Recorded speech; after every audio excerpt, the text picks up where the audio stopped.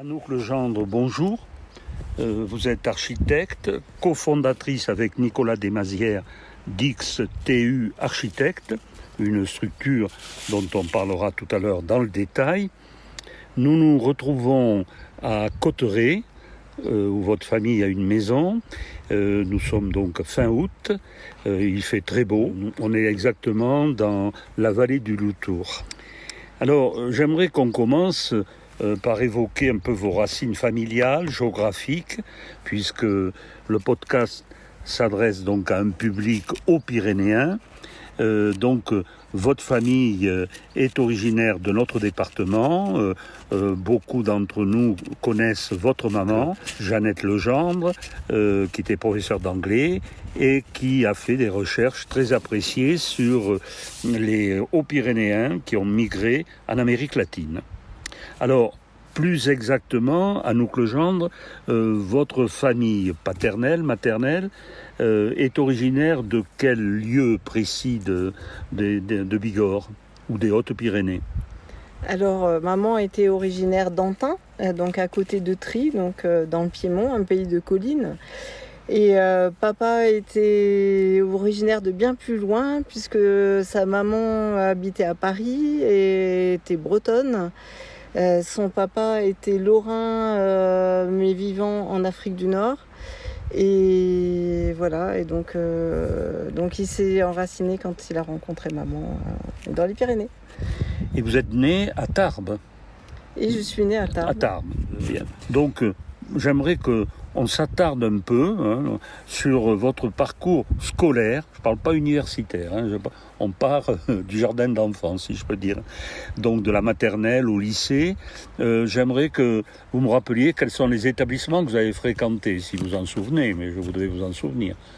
Alors, j'étais dans une école d'application à côté du collège Massé, qui dépendait du collège Massé. Et après, j'étais au lycée Marie Curie. Au lycée Marie Curie. Vous avez un bon souvenir là, de ces établissements? Ça dépend peut-être de certains enseignants. Vous étiez heureuse à l'école ou plutôt contrariée un petit peu, comme ça arrive à des enfants? Non, moi, tout m'allait. Ce qui était bien dans le collège où j'étais, c'était qu'il était à côté du jardin Massé. Donc, on allait faire le sport au jardin Massé, ce qui était quand même très, très sympathique.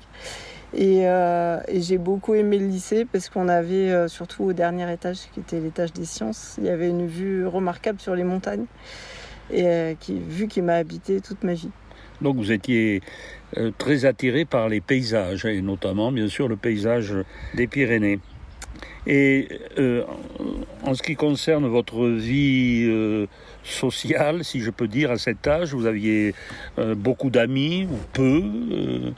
Vous investissiez dans une société de gymnastique, dans la musique? J'avais quelques amies, toutes des filles, puisque en fait, j'étais dans des établissements publics ouverts seulement aux filles à l'époque. Et j'ai fait beaucoup de danse quand j'étais jeune, et de la musique aussi. Mais c'est surtout la danse qui me plaisait bien. Et la danse avec qui Alors, elle s'appelait Hélène Dutrail. Ah oui, bien sûr. Madame. Donc, elle toute mon enfance. Elle est très connue. Et de la musique aussi? Non. Oui, j'ai fait du piano. Au conservatoire? Non, c'était des cours privés. Des cours privés. Vous n'étiez pas éclaireuse? Ah si, j'ai été éclaireuse aussi. Pas très longtemps, mais un temps, oui, en effet. Et ça vous plaisait, la vie de l'éclaireuse? Sortir, aller dehors, coucher sous la tente? On n'a jamais couché sous la tente, c'était que dans la journée, c'était très très sage. Ah bon. Après, quand j'étais plus grande, au lycée, avec des amis, on pouvait partir dans la montagne pour marcher, c'était sympa.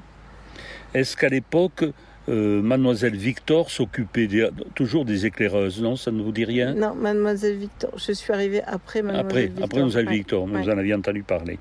Bien. Et du point de vue des lectures, là, qu'est-ce que vous lisiez? Les premiers livres que vous avez lus? J'adorais la bibliothèque municipale, donc j'ai passé mon adolescence à la bibliothèque municipale. Qui se trouvait à l'époque au jardin Massé. Au jardin Massé déjà. Oui. Et donc je lisais tout ce qui était sous la main, à commencer par la bibliothèque de mes parents. J'adore lire les bibliothèques des autres. Et donc c'est assez éclectique. Mais j'adore lire les dictionnaires aussi. Et donc quand j'étais enfant, adolescente, je passais beaucoup de temps dans les encyclopédies. Et après, j'ai toujours beaucoup lu. Mais je lis tout en fait. Après, toute ma formation sur l'art, je l'ai fait pendant l'adolescence. En effet, avec la bibliothèque. Je prenais tous les livres qu'il y avait à la bibliothèque systématiquement. Et donc effectivement, je suis arrivée Sur l'art, donc vous étiez déjà... En fait, dans ma famille, il y avait des artistes. J'avais une tante qui était peintre et sculpteur. Une autre qui était peintre. Et oui, c'était un sujet qui m'intéressait. Avec l'agriculture, c'était les deux sujets qui m'intéressaient. Avec l'agriculture. Et dans l'agriculture, qu'est-ce que c'était la vie paysanne, le planter, semer, planter, récolter? Non, qu'est-ce que c'était? J'ai toujours rêvé d'abord de remettre en culture les campagnes, là où elles étaient abandonnées. Il y en avait à l'époque dans les montagnes. Et on était avec nos amis, très tournés vers ça.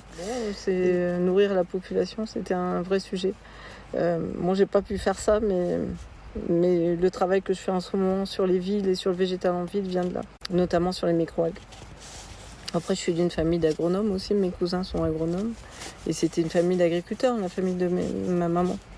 Faire pousser des plantes, c'est un vrai sujet chez XTU. Pas pendant l'adolescence de voyages marquants, vous étiez très sédentaire ou alors on commençait à vous faire voyager un petit peu en France, ailleurs peut-être? Non. Pas de voyage scolaire. Mes parents voyageaient pas mal, en Angleterre surtout. J'ai été en Allemagne par les échanges et en Angleterre aussi. Après, les voyages marquants, ça a été plus tard, quand j'ai été étudiante, quand on a découvert le Japon en particulier, et puis plus tard l'Islande. C'est un peu les grandes étapes. Alors là, pour le moment, d'après les éléments que vous nous donnez, vous êtes attiré donc par l'agriculture, par l'art, mais on ne peut pas encore parler d'architecture. Donc quand est-ce que le mot, pas simplement le mot, mais le concept d'architecture vous frappe, vous envahit un peu? Et comment et pourquoi? Vous allez être déçus parce que, en fait, j'ai jamais entendu parler d'architecture jusqu'à ce que je rentre en architecture. Et je voulais être peintre ou artiste en tout cas. C'était pas considéré comme un métier qui allait permettre de gagner sa vie, ce qui est un peu vrai. Et par contre, j'avais très bons résultats en arts plastiques au lycée. Et c'est vrai que j'aimais ça. Et donc, c'est la professeure de dessin qui a conseillé l'architecture qui permettait de gagner sa vie. En effet, c'est vrai que c'est la réalité. Et donc, j'ai découvert l'architecture en rentrant en première année d'architecture. C'était pas un sujet sur lequel j'avais travaillé avant. Et ce professeur de dessin qui, quand même, vous a un peu indiqué la voie, vous vous rappelez du nom, non? Ah non, je m'en souviens pas. C'est l'enseignant qui a toujours envie qu'on rende hommage un peu à ces... Non, mais elle était très bien. J'avais adoré les cours de dessin au lycée, c'était très bien.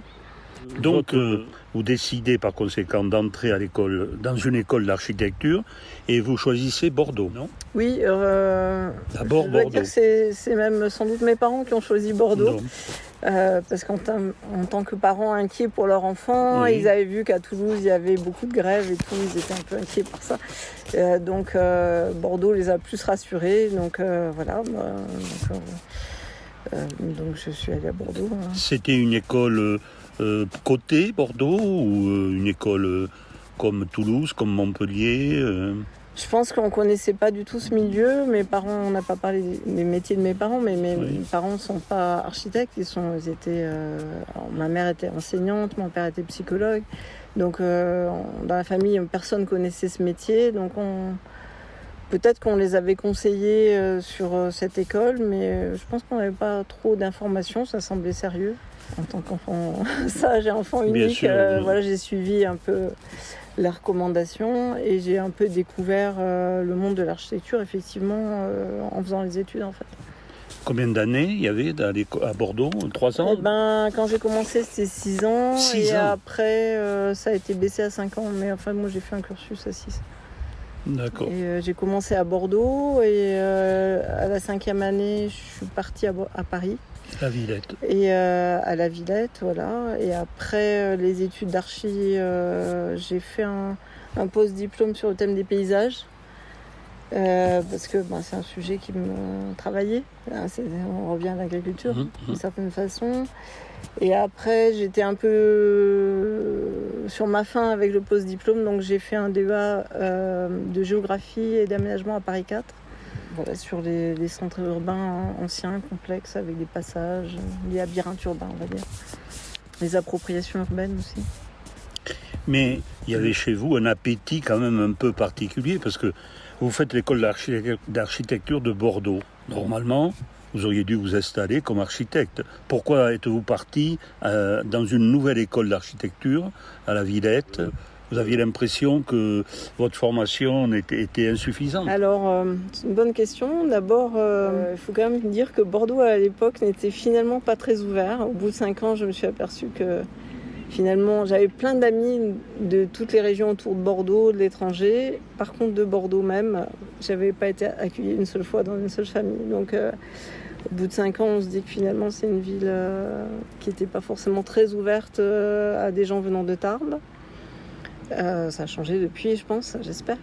Et donc, effectivement, après, j'aspirais à plus aussi au niveau architectural. On parlait beaucoup de ce qui se faisait à Paris. Et donc là, on connaissait le milieu. Donc j'avais entendu parler de l'école de la Villette, où il y avait des professeurs qui étaient intéressants. Et où il y avait beaucoup de choix aussi dans les disciplines, en fait. Et c'est cette variété de choix qui m'a donné envie. Et puis, bon, c'est vrai qu'il y a un moment, on a envie de monter à Paris pour voir comment ça se passe là-bas. Et à Bordeaux, il n'y avait pas encore à l'époque, je pense, une école du paysage. Aujourd'hui, il y en a une, ça n'existait pas. Non, il n'y en avait pas encore. Lors de votre DEA d'aménagement, de géographie et d'aménagement, vous avez donc un mémoire à faire, je pense, non? Non? Ou alors c'est uniquement des cours théoriques, là, le DEA d'aménagement? Non, il y avait un mémoire. Donc à Paris 4, j'avais un enseignant qui était super, qui était Jean-Robert Pitt. Oui, donc, bien sûr, très grand géographe. Voilà, donc qui aussi s'occupe de l'Institut de géographie, qui a été président de la Sorbonne aussi après, qui venait de faire, il était connu pour son travail sur les paysages, et notamment sur le paysage de la Châtaigne.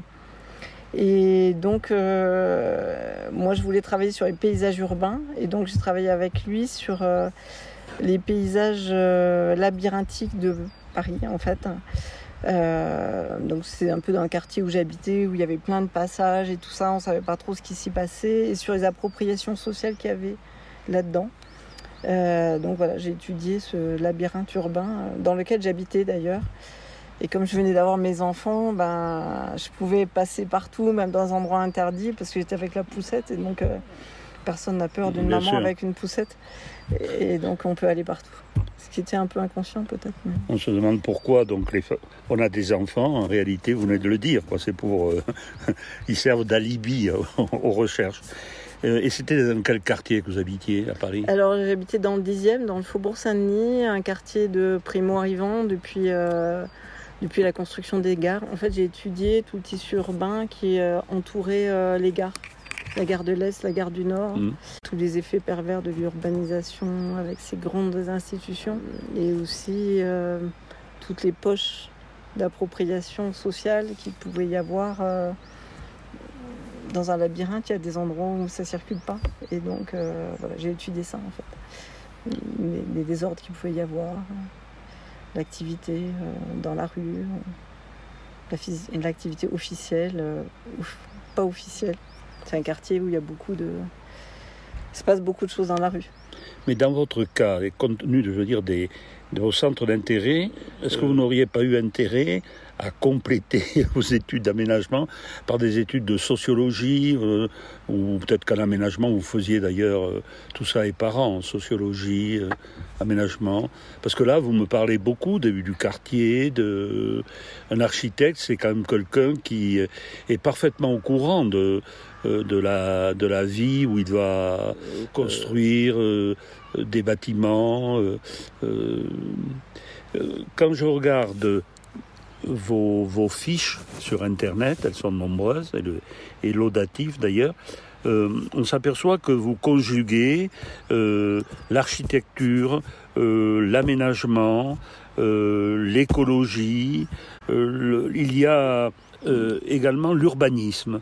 Parce que moi, je me suis toujours demandé, d'ailleurs, pourquoi les architectes, c'était pas aussi des urbanistes. C'est-à-dire que l'idée que l'on construit un bâtiment sans lien quand même trop étroit avec le reste du tissu me paraît toujours un peu artificielle. Donc, c'est parfait quand on est architecte et urbaniste. Alors, en fait, dans les études d'architecture, on apprend aussi l'urbanisme, mais j'avais voulu en savoir plus sur ça. Et sur les rapports au paysage, voilà, parce qu'en fait on nous apprend aussi en géographie que, là c'est le regard du géographe, que finalement une géographie c'est une succession de géographies qui se superposent les unes sur les autres au cours de l'histoire. Et finalement ce qu'on perçoit d'un paysage urbain aujourd'hui, c'est le résultat de ce millefeuille du temps, et dont certains endroits portent vraiment la marque du temps. Et c'est ça qui m'a intéressée. Et après, quand on a monté l'agence, et après le DEA, on a tout de suite monté l'agence, c'est pour ça que je n'ai pas fait de thèse, parce qu'il fallait monter l'agence à ce moment-là. On a toujours gardé ce tropisme pour les paysages, essayer de comprendre ce qui ancrait un lieu dans l'histoire et dans la mémoire des gens, quand les gens étaient encore là. Enfin, c'est un peu en gros ce que j'avais fait dans le débat. En fait, j'avais beaucoup interrogé les gens. Voilà, donc c'est resté et depuis ça a évolué, puisque finalement, avec l'arrivée des problématiques climatiques et environnementales, on s'est dit qu'il fallait voir le fait urbain comme un tout global qui comprend l'histoire, la géographie, mais aussi tout ce qui est climatique. Et voilà, donc ça nous a amené à faire évoluer même la pratique de l'agence vers d'autres pratiques architecturales, vers intégrer le vivant dans l'architecture, vers penser l'urbanisme autrement, vers tout un travail prospectif sur le monde de l'après-pétrole en fait. Et voilà, donc c'est un peu ce que vous connaissez aujourd'hui du travail d'Ixtou. Ça s'ancre dans ça. Alors, on va parler d'XTU Architecte, votre structure, la structure que vous avez créée avec Nicolas Desmazières. Donc vous la créée en 2000. Mais vous serez très vite, donc avant qu'on parle de cette structure, vous êtes devenue pendant plusieurs années enseignante, notamment à l'École nationale d'architecture donc de Paris-Malaquais. Ça vous intéressait déjà là, de former à vos idées d'autres architectes, parce que vous êtes très jeune là encore. En général, on devient prof dans ces cas un peu à la fin d'une carrière. Alors, bon, pour résumer, en gros, quand on a monté l'agence XTU en 2000, mais avant, ça faisait 10 ans qu'on travaillait à notre compte sous le nom d'une autre structure, qui était Situ, Situ 1 et Situ 2. C'est-à-dire qu'on s'intéressait aux problèmes de site. Donc finalement, quand on commence à enseigner, à la fois Nicolas, mon associé, et moi-même, dans 2 écoles différentes, on était déjà un peu reconnus comme jeunes architectes. On avait déjà gagné les albums de la jeune architecture, qui est un concours sur l'œuvre pour les jeunes architectes. Donc on avait eu vers 29 ans à peu près. On avait déjà gagné des prix pour des concours d'idées pour lancer les jeunes architectes. Donc on était un peu reconnus dans la profession, on avait été pas mal publiés à ce moment-là. Et personnellement, moi ce que j'ai beaucoup aimé dans l'enseignement, c'est vraiment essayer d'accoucher les étudiants en fait. Et il y a 2 façons d'enseigner l'architecture, il y en a qui sont castrateurs. Nous, moi je pense qu'il faut faire sortir de l'étudiant ce qui est bien en fait. Faut le décoincer quoi. Et en particulier dans les premières années, c'est là où c'est le plus intéressant, parce que c'est là où les gens sont le moins formatés et c'est là où ils ont le plus d'idées en fait. Donc c'était assez intéressant. Après on n'a pas pu continuer parce que il fallait vraiment travailler pour l'agence et on ne pouvait pas faire les 2 à la fois quoi. À un moment faut être mobilisé à fond dans un projet. Alors, on en arrive donc à cette structure fondamentale pour vous, XTU Architecte, même si ce n'est pas la première, comme vous venez de nous le dire. Donc, vous l'avez déjà défini, vos idées de base, on commence à les connaître à travers ce que vous avez dit. C'est une approche de la ville, de l'habitat urbain. Alors, vous dites qui s'inspire des stratégies et processus du vivant, c'est-à-dire une approche de la ville et de l'habitat qui s'inspire des stratégies et des processus du vivant. C'est là que vous associez l'écologie avec l'urbanisme et l'architecture. Voilà, alors il faut comprendre, un architecte d'habitude, il travaille dans un cadre précis, on lui donne un bâtiment à faire et on lui demande de rester dans le cadre de ce bâtiment. Voilà.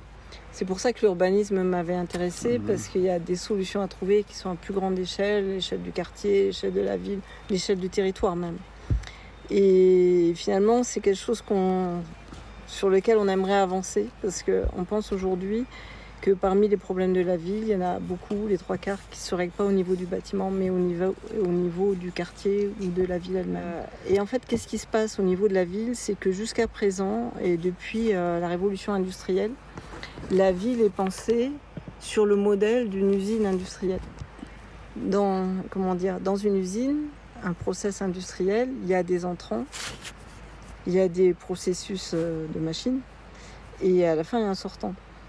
Et en fait, tout est décomposé et avec différentes fonctions. Et ça, en architecture, ça s'est appelé le fonctionnalisme. On sépare tout, on donne un nom de fonction à chaque chose.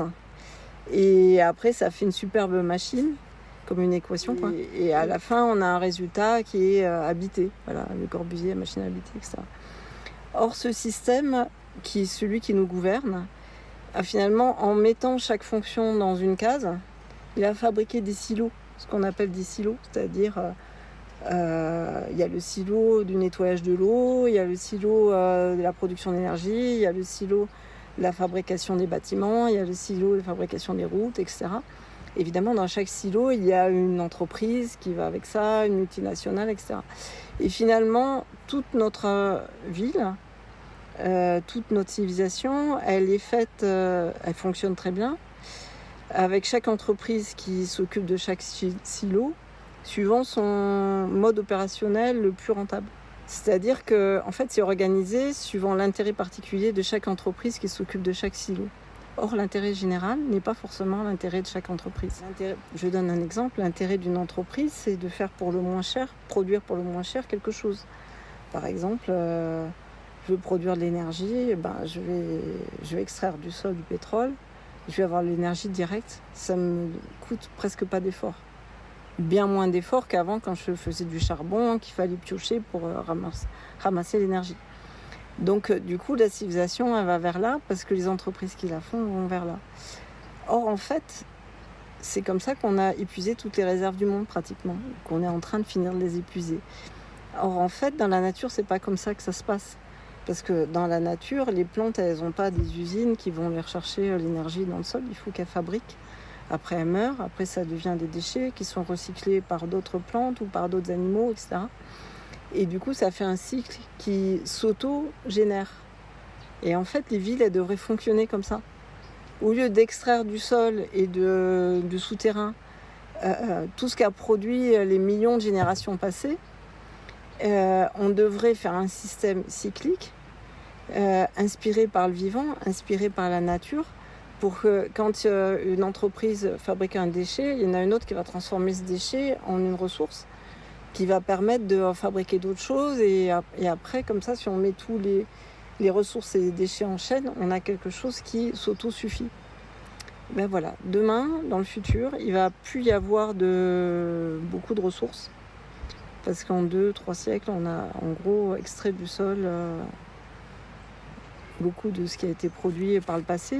Et donc ça va être à la nature de tout produire. Donc il faudrait demain qu'on organise la ville comme on s'organise la nature dans un cycle fermé qui s'auto-régénère.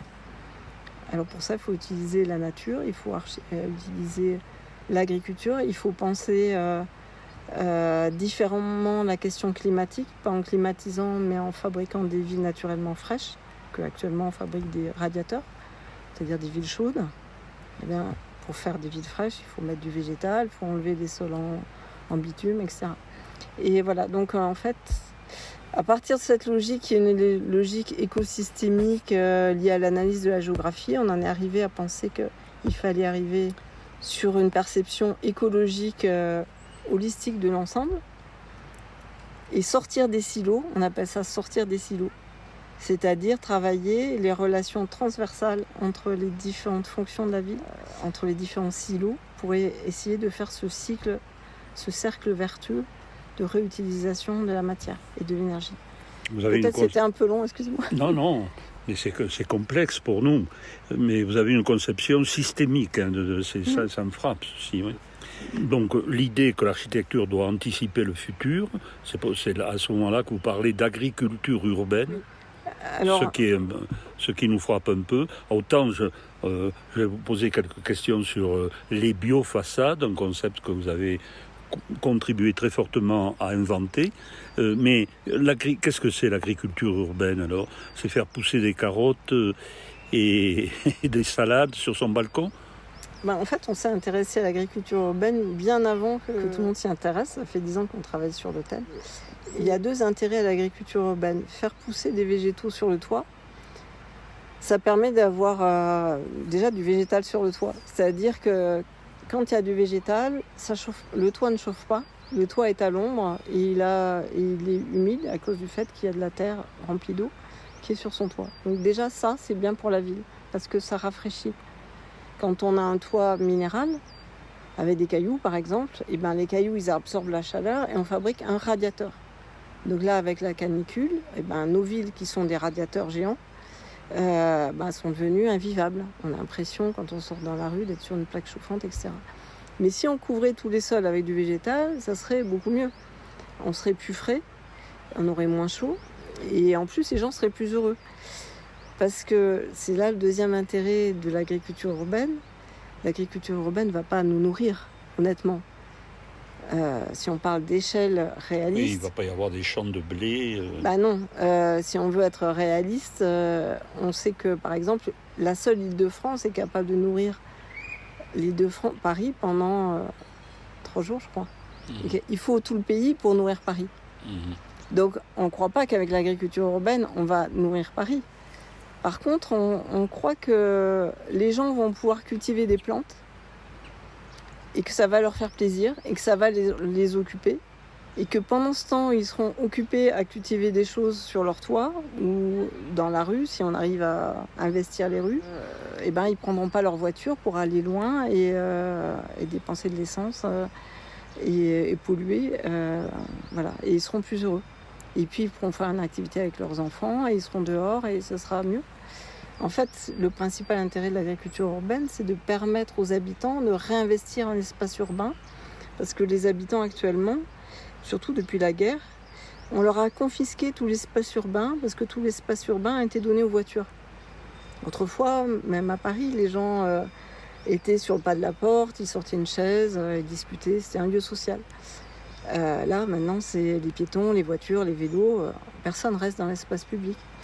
Mais avec l'agriculture urbaine, on peut retrouver des espaces extérieurs en ville qui font sortir les gens de l'appartement qu'ils ont acheté, qui est en général trop petit. Et ça leur permet de s'investir dans leur environnement. Et politiquement, c'est bien. C'est bien que chacun s'investisse dans son environnement. Et ça rend plus heureux. Et même si la pluie va nous déranger un petit peu, il faisait si beau, pour le système de biofaçade, c'est-à-dire donc en gros des cultures de micro-algues que vous intégrez donc dans les façades des maisons, est-ce que c'est un objectif à long terme? Est-ce qu'il commence à y avoir quelques réalisations?